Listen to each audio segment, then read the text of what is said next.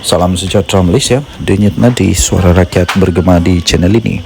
Terima kasih kerana terus bersama-sama di dalam channel ini untuk mendapatkan berita terbaru setiap hari. Bagi anda yang pertama kali berada dalam channel ini, sila pastikan untuk anda menekan butang subscribe, like dan share. Tekan juga tombol notifikasi untuk mendapatkan berita terbaru setiap hari.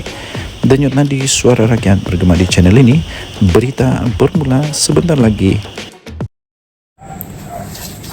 Salam sejahtera Malaysia, denyut nadi suara rakyat bergema di channel ini. Tuan-tuan dan puan-puan yang dihormati sekalian, betul lah kata orang, pas ni sentiasa ada dalil.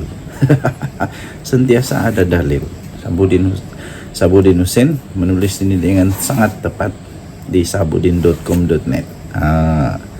Betul lah kata orang, pas sentiasa ada dalil. Jika anda setuju atau tidak setuju, sila komen. Pas tidak mendesak secara agresif penganjuran konsert ketika mentadbir bersama di Putrajaya dari 2020 sehingga 2022 kerana mahu menyelesaikan perkara lebih penting. Itu kata Mursyidul Am Hasim Jasin.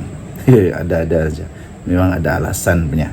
Tapi waktu hentam kerajaan perpaduan bukan main. Tapi sekarang jilat ludah sendiri, keluar dalil yang simple saja.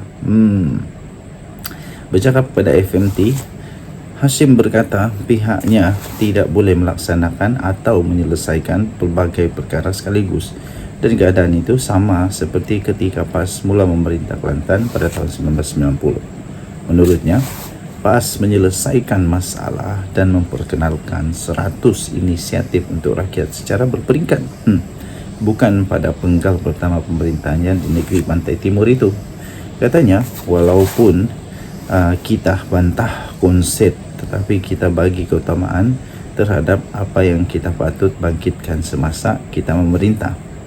Katanya lagi, tak boleh nak buat semua sekaligus. Kalau dahulu semasa memerintah sekejap 2020 hingga 2022 bukan tak nak bangkit, tapi ada perkara lebih utama untuk kita beri perhatian.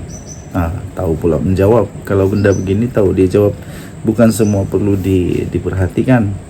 Tapi waktu kecam kerajaan, di mana fikiran yang ada macam begini? Tidak pun.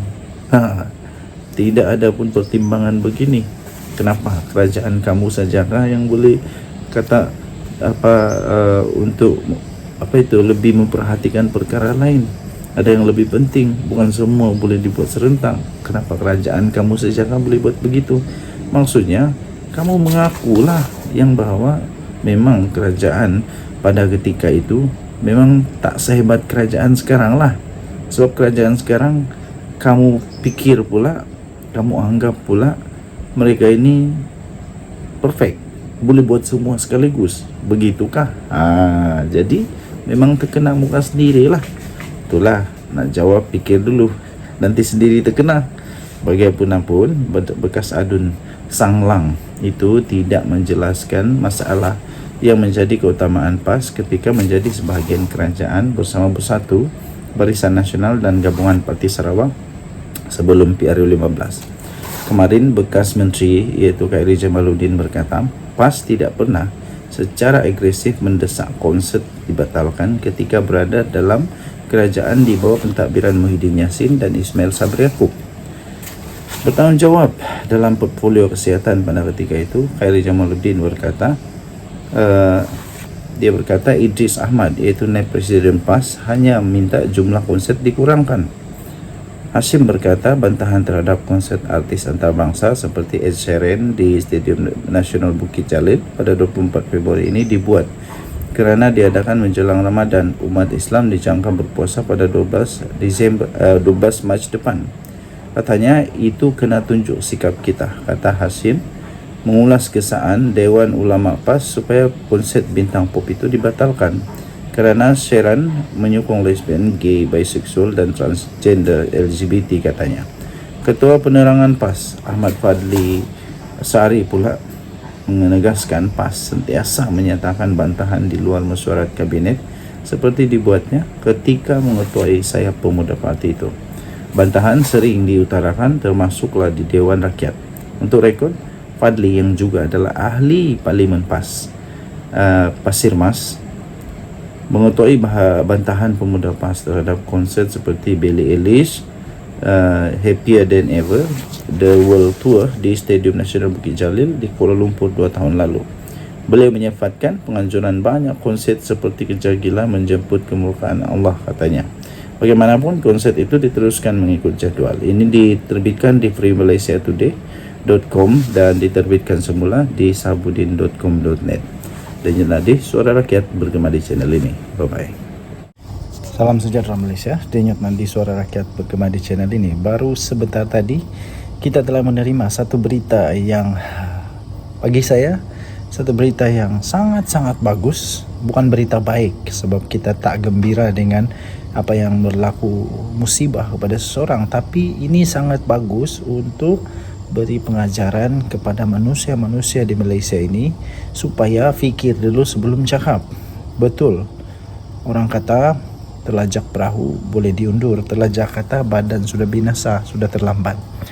Dilaporkan bahawa orang yang telah memberikan ugutan supaya Perdana Menteri Datuk Seri Anwar Ibrahim, sesiapa sahaja yang berani untuk mengambil tindakan drastik, iaitu dengan entah mengambil nyawa Datuk Seri Anwar Ibrahim lah, kononnya dia nak bayar 5 juta, akhirnya didapati bersalah di mahkamah.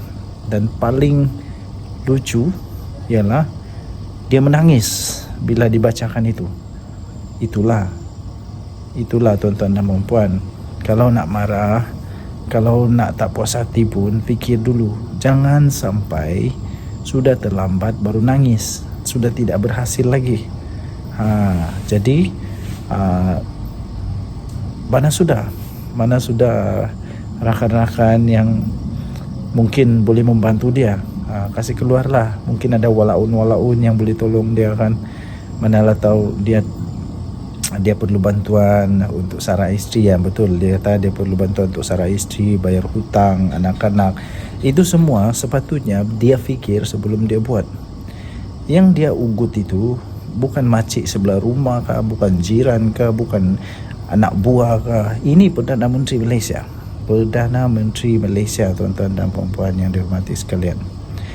Jadi kerana dia Perdana Menteri Malaysia, buatlah cara dia itu Perdana Menteri Malaysia. Bukannya jiran rumah sebelah kah, kawan kah, yang suka-suka saja nak buat ugutan. Ini pula ugutan teruk pula tu. Jadi sekarang menangis sudah tidak guna lagi. Kerana dia memang sudah dipenjara pun. Dia akan dipenjara tak lama jugalah, tidak juga lama, tidak sampai setahun pun, hanya bulan-bulan saja, tapi sudah jadi banduan. Segalanya sudah hancur musnah. Harap nanti lepas keluar dari penjara dia dapat bertobat dan jangan buat lagi. Kepada semua rakyat Malaysia di luar sana, benci mana pun kamu dengan sesiapa pun di Malaysia ini, terutamanya Perdana Menteri, tak kira lah siapa Perdana Menteri, jangan sampai buat ugutan begitu. Kamu siapa untuk buat ugutan? Lagi pula rupanya kamu pemandu lori saja. Jadi faham-fahamlah. Kalau memang pemandu lori, jangankan 5 juta. Ini denda berapa ribu saja pun tak boleh bayar. Ini kata nak bagi hadiah, nak bagi anugerah, award, reward, bagi gaji, upah 5 juta. Nak bayar denda yang beribu-ribu pun tidak dapat, mau bayar pula 5 juta untuk upah. Sudahlah. Jadi kepada walaun sana, pergilah tolong dia, kesian dia. Nanti dia tidak dapat bayar denda. Jadi kita harapan kita satu saja, yang terakhir ialah semua rakyat Malaysia selepas ini bertanggungjawablah dalam apa yang anda cakap. Jangan fikir mudah, jangan fikir senang. Dan Nadi Suara Rakyat bergema di channel ini. Jangan lupa tekan butang subscribe, like dan share. Bye-bye.